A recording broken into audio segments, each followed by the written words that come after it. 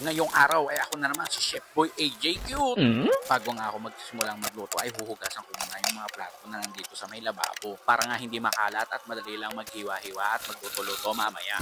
Bago ako magluto ng ulam ay ito ay nagsahin muna ako ng aming kanin para habang nagluluto ako ng ulam ay naluluto at iinin na rin tong kanin. Tapos ay nilabas ko na nga rin tong sayote dahil babalatan ko siya. Peeler ang ginagamit kong pambalat dito kasi hindi naman ako marunong magbalat gamit ang kutsilyo.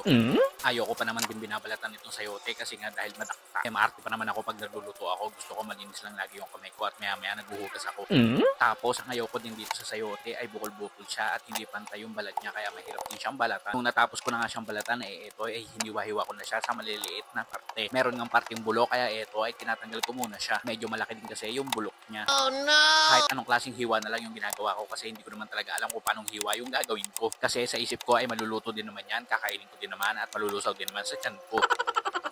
Kaya kahit anong hiwa ay okay lang. Nung natapos na ako maghiwa, eto ay nagpainit muna ako ng kalan at ng mantika. Kasi may natira pang dalagang bukid kagabi kaya eto ay iinit ko na lamang siya. Tapos ay eto ay nagdidikdik na ako at naghihiwa na ako ng bawang at sibuyas para gagamitin ko kapag ginisa ko na tong sayote. Tapos binabad ko nga sa tubig tong sayote tapos hinugas-hugasan ko na rin siya para magmukha malinis.